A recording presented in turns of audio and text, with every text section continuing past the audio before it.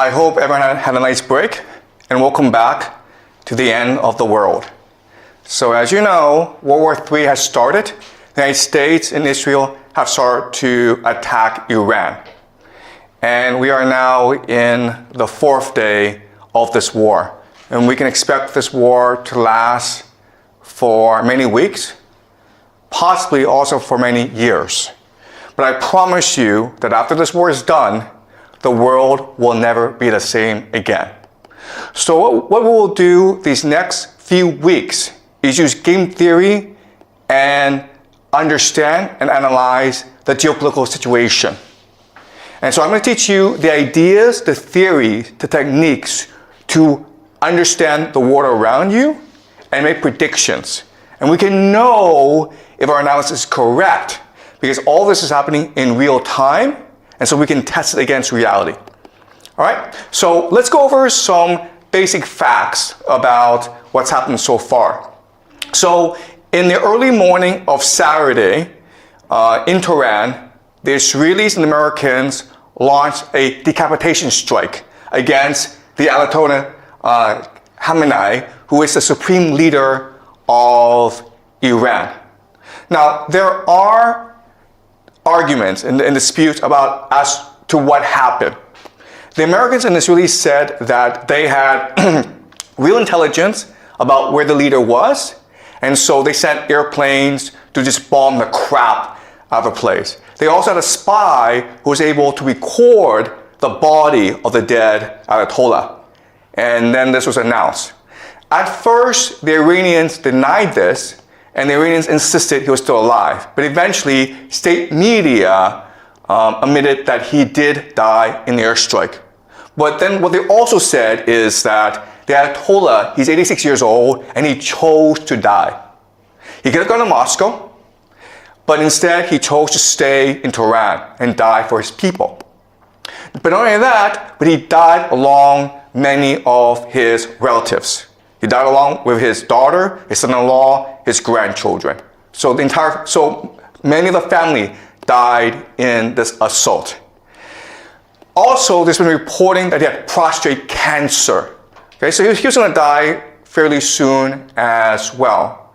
So what you need to understand first about the war is that even though the Americans and the Israelis claim great success in decapitating the leadership of the Iranians, from the Iranian perspective, this is a martyrdom, okay?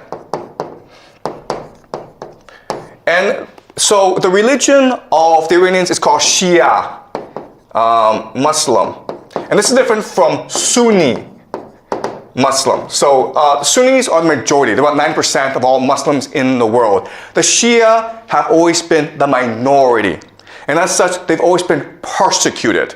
So in the Shia faith, the core value, the force that binds everyone together and gives them purpose and meaning in life, that galvanizes them into action, is the idea of martyrdom, which forces jihad. To sacrifice yourself for your religion, sacrifice yourself for the common good. So think of the death of Khamenei as a sacrifice, a self-sacrifice, in order to motivate the Iranians in this war, okay? So that's the first thing you need to understand. That for the Iranians, this is not a geopolitical war. This is not an economic war. This is not a war of resistance. This is a jihad. Okay? It's a war against the great Satan to avenge their leader. They will fight to the death. All right? That's number one. Number two is this.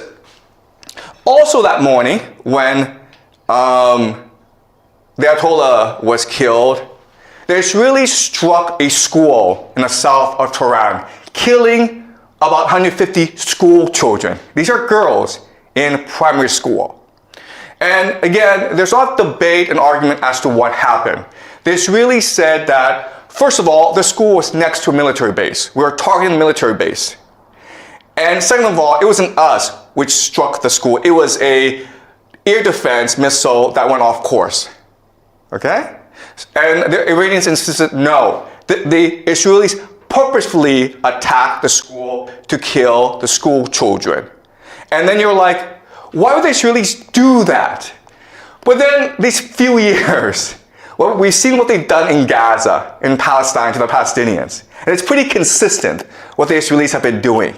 All right? So this action against the Israelis, it's meant to show to themselves and the world that we are now all in. Okay? We've made the sacrifice. We are now committed to this war, to winning this war at all costs. And this action has also provoked the Iranian people to resist with their full might, okay? So I want you to keep this in mind. And again, we don't have complete evidence that it's the Israelis who did this, but given past actions from the Israelis, this is fairly consistent with what they've done, okay? So we can assume that this is something the Israelis did. Why they did this, what the purpose is something we will discuss as we move on, okay? It's very complicated. Next, I want to show you this. This is Dubai. And Dubai is considered one of the wealthiest, safest cities in the world. There are thousands, tens of thousands of Westerners who move to Dubai because it's clean, you don't pay any taxes, you make a lot of money, and there are great restaurants. And this is really the economic model of Dubai. It's one of the GCC countries, okay? The Gulf coastal countries. And for the longest time, Dubai had a really good deal because they were under the protection of the American military. So they didn't have to pay for defense. And then they were in the Middle East, which is the oil producing center of the world. And so they focus on aviation, they focus on logistics, they focus on finance, on tourism. They became extremely wealthy, right? I'm not sure if you've taken Emirates, one of the best airlines in the world. So their airport, Dubai Airport, is the busiest in the world. And Dubai, for the longest time, was flourishing under American protection. And Dubai said to the world, listen, we're like Switzerland. We're neutral. We don't want any involvement in any wars. We're here just to take care of our citizens, to make sure everyone has a good time, to make money. And then right after the war started, the Iranians attacked the GCC, okay? Dubai, Abu Dhabi, Bahrain, Qatar, Kuwait, they attacked these places. And these places were like, what's going on? We're neutral, man. We're not involved in this war. And the airport was shut down in Dubai.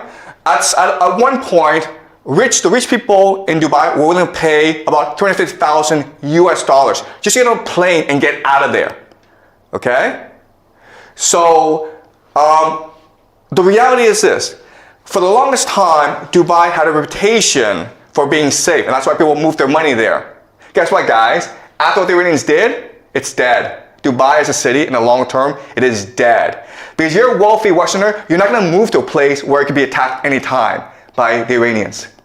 You might move to Singapore, you might move to Hong Kong, Japan, South America, but you're not moving to Dubai, okay? So the big question for us is, why did the Iranians do this? It was the Israelis and the Americans who attacked you. Why go after the GCC? All right? And not only that, but they're escalating the attacks against the GCC. So this is something that we will look at very closely today. Well, the short answer is because these places, even though they pretend to be neutral, they house the American military. They allow the Israelis and the Americans to use their airspace to attack Iran from. All right? So this is Bahrain. Now, Bahrain is interesting, okay? Because I want you guys to remember this. But Bahrain will probably be one of the major centers of this conflict. Because, first of all, this is the American Fifth Fleet. All right? This is their naval base in the Middle East. And as you can see, the Iranians are attacking it with missiles. And it's being blown up. Bahrain is interesting because it has about 50% or even more, okay, Shia, which is the religion of the Iranians. But the people in charge are the Sunnis. And so what makes this strike really important from our perspective is, first of all, not only are the Iranians attacking US military assets, not only are they destroying the economies of the GCC, but they're also trying to ignite a religious war, right? Because you're Shia, you're loyal to the Ayatollah.